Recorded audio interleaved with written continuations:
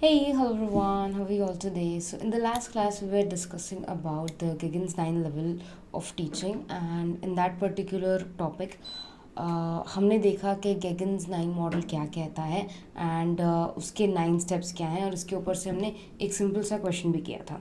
Now today will be moving forward, we will be doing more about this.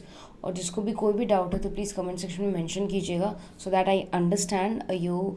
कोई दिक्कत तो नहीं है, कोई प्रॉब्लम तो नहीं है, सब कुछ सही से चल रहा है या नहीं. ओके, ना today will be starting with evaluation. जैसे कि आपने थंबनेल में देख लिया होगा, आज हम इवैल्यूएशन का टॉपिक करेंगे. इवैल्यूएशन क्या होता है, सबसे पहले आपको ये जानना ज़रूरी है.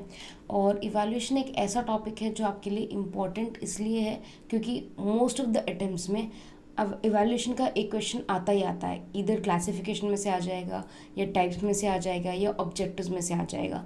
तो इवैल्यूएशन हमें समझना बहुत ही ज़्यादा ज़रूरी है. सो आई होप यहाँ तक आपको कोई दिक्कत नहीं होगी. We have completed lot number of topics and today will be starting with evaluation. Okay, Hindi में भी आपको नोट्स मिल जाएंगे, don't worry about this. And English में भी है, ठीक है. So will start with simple, what is evaluation. Okay, evaluation का मेन ऑब्जेक्टिव क्या होता है. इवैल्यूएशन का मतलब है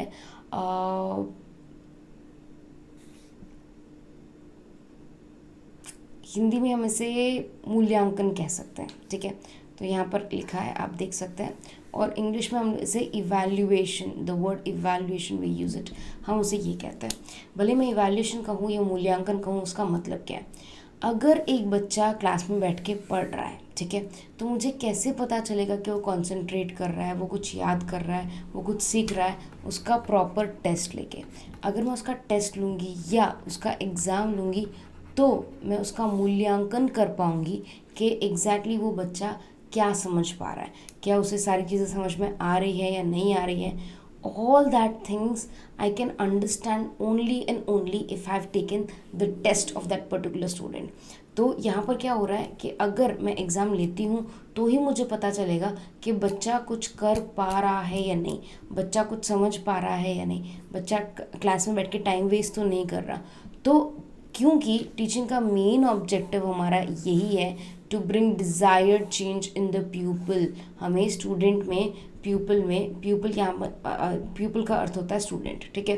तो प्यूपल मान लो या स्टूडेंट मान लो, जो भी आपसे पढ़ रहा है, लर्नर आपका, आप क्या चाहते हो. आप यही चाहते हो कि उसके अंदर एक चेंज आए, एक डेवलपमेंट आए, एक पॉजिटिव चेंज या एक परिवर्तन आए, ठीक है. उसे हम कहते हैं इवैल्यूएशन. अब अगर आपको इवैल्यूएशन अच्छे से पता चल गया हो तो अब हम देखते हैं इवैल्यूएशन के प्रोसेस, प्रक्रिया, ठीक है. इवैल्यूएशन क्यों करना ज़रूरी है और कैसे. सबसे पहला जो स्टेप है वो इवैल्यूएशन का, वो होता है ऑब्जेक्टिव्स ऑफ टीचिंग. अगर जैसे मैं ये लेक्चर ले रही हूँ, ठीक है, मैं ये लेक्चर किस लिए ले रही हूँ, ताकि जो भी लोग NTA UGC नेट की प्रिपरेशन कर रहे हैं उनकी मदद हो सके. तो हमारा ऑब्जेक्टिव क्या है अभी, to crack NTA UGC net examination. NTA national testing agency, वो एजेंसी है जो एग्ज़ाम कंडक्ट करवाती है. UGC यूनिवर्सिटी ग्रांट्स कमीशन जो परमिशन देती है ऐसे एग्ज़ाम्स कंडक्ट करवाने के लिए. और नेट उस टेस्ट का नाम है, नेशनल एलिजिबिलिटी टेस्ट, ठीक है. तो NTA क्रैक करना ही या NTA क्लियर करना ही हमारा ऑब्जेक्टिव है, सबसे पहली बात. दूसरी बात, इवैल्यूएशन प्रोसीजर. हमें पता है कि एग्ज़ाम में क्वेश्चंस कैसे आएंगे. 150 क्वेश्चंस होंगे और हर एक क्वेश्चन के 2 मार्क्स मिलेंगे. तो 300 क्वेश्चंस में से हमें कट ऑफ तक मार्क्स लेकर आने हैं so that we can pass.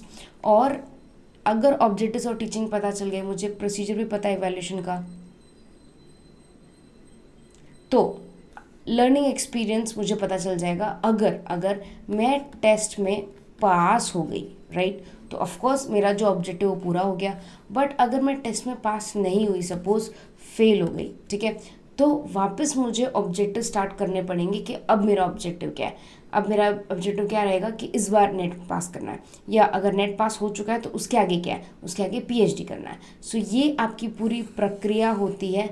After first step आप सेकेंड स्टेप पे जाते हो, सेकेंड स्टेप के बाद थर्ड स्टेप पे जाते हो, थर्ड स्टेप के बाद फिर फर्स्ट स्टेप पे आ जाते हो, इधर नए ऑब्जेक्टिव्स के साथ या ओल्ड ऑब्जेक्टिव्स के साथ. ओके, तो आई होप आपको यहाँ तक क्लियर हुआ होगा. इसको हम प्रक्रिया कह सकते हैं, प्रोसेस कह सकते हैं, ठीक है.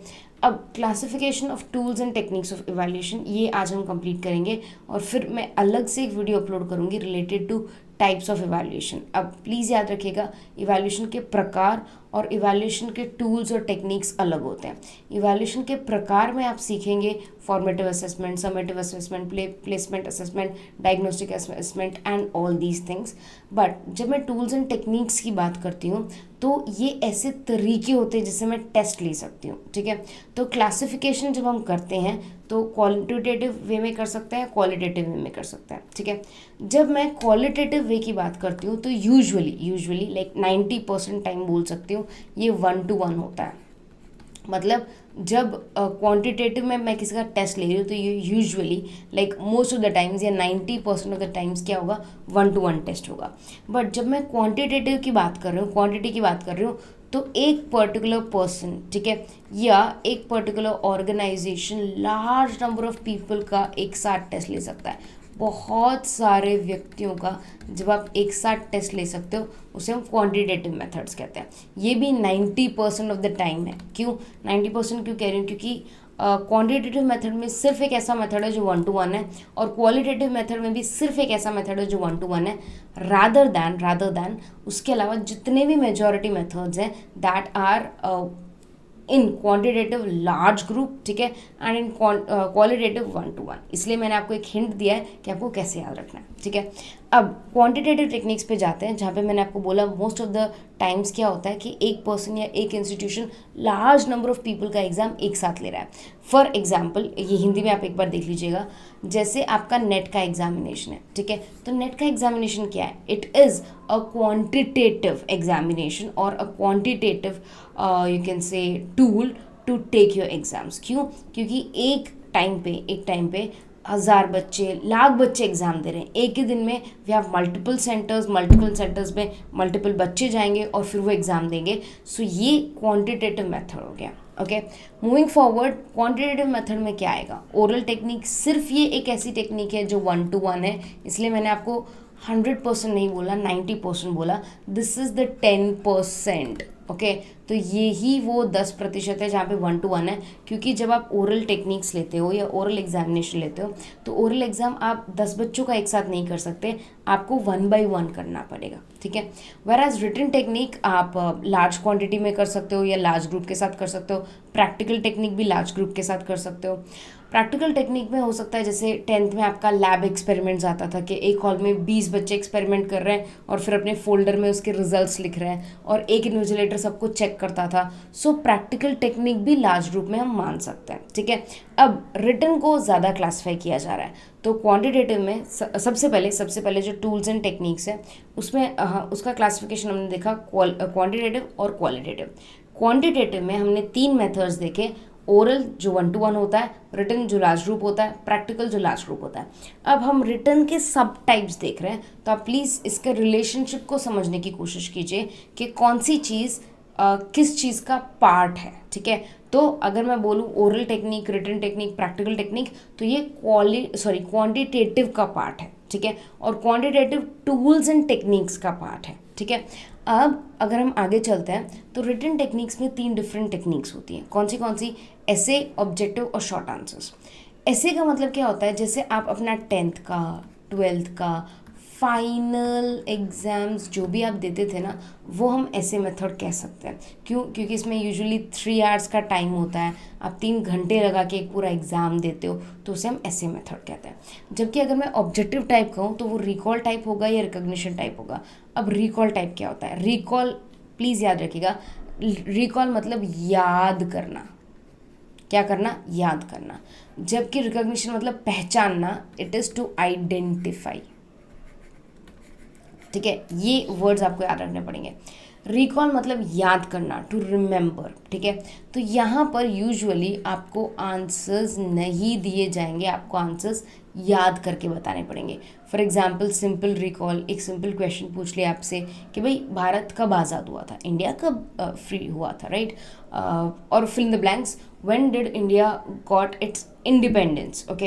तो अगर दोनों में दोनों क्वेश्चन पूछूँ, मैं एक फिल इन द ब्लैंक वाला क्वेश्चन पूछ लूँ या डायरेक्टली क्वेश्चन पूछ लूँ, आंसर आपके सामने नहीं है, आपको याद करना पड़ेगा।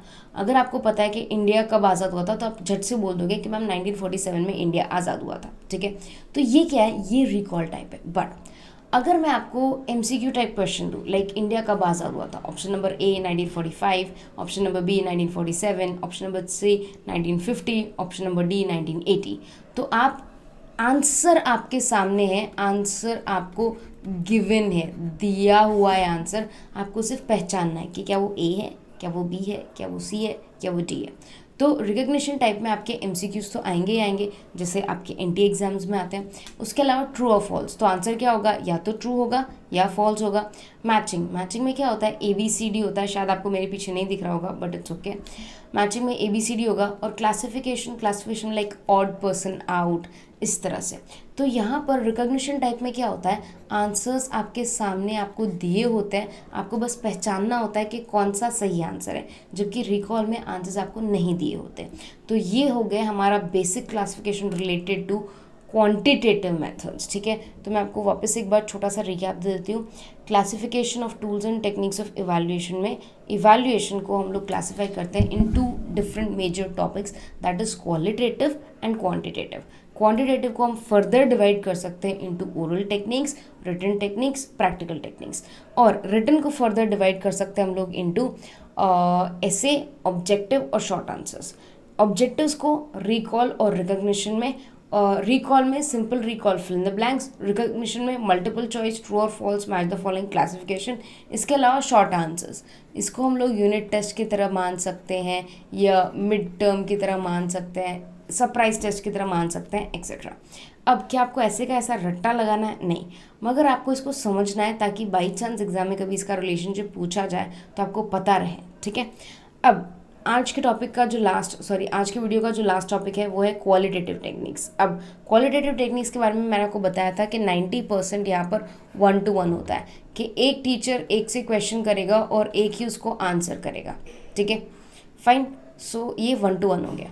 नाउ क्वालिटेटिव टेक्निक्स में सबसे पहले ऑब्जर्वेशन आता है। आप ऑब्जर्व करते हो, जैसे PT के टाइम पे, फिजिकल ट्रेनिंग के टाइम पे आपका PT टीचर आपको ऑब्जर्व करता है कि भाई ये सही से दौड़ रहा है कि नहीं दौड़ रहा, ये सही से एक्सरसाइज कर रहा है कि नहीं कर रहा है, एक्सेट्रा, ठीक है? सो ऑब्जर्वेशन आप 10 लोगों की एक साथ मुश्किल से कर पाते हो, एक पर्सन को ऑब्जर्व ढंग से कर पाओगे, ठीक है? चेकलिस्ट बहुत ही सिंपल है। यहाँ पर आप एक पूरी लिस्ट बना लेते हो कि भाई ये चीज़ें बच्चे की चेक करनी है, लाइक यूनिफॉर्म ढंग से पहना है कि नहीं, रेगुलर क्लास में आता है कि नहीं, एग्ज़ाम्स प्रॉपर्ली दे रहा है कि नहीं, पेरेंट टीचर्स मीटिंग में इसके पेरेंट्स आते हैं कि नहीं।